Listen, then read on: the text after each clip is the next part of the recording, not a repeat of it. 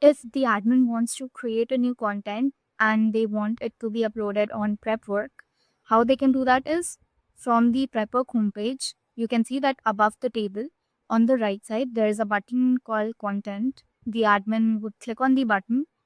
Once they click on that, they would be taken to this page, which essentially contains a table which has all the contents that has been created by the admin so far. The admin can look at the created on date, last modified date, and all of that. And just above the table on the right side, there's a button called Create. So the admin will click on Create, a model will open up. Here, the admin can enter the assignment name. Once they've entered the assignment name, they would select an assignment type from the dropdown.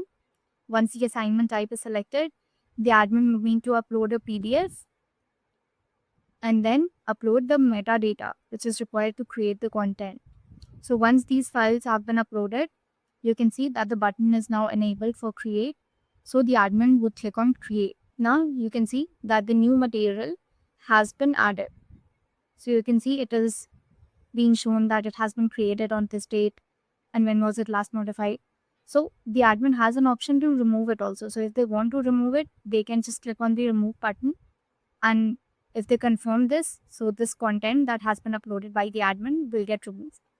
So this is how the admin can add a new content on Prepwork.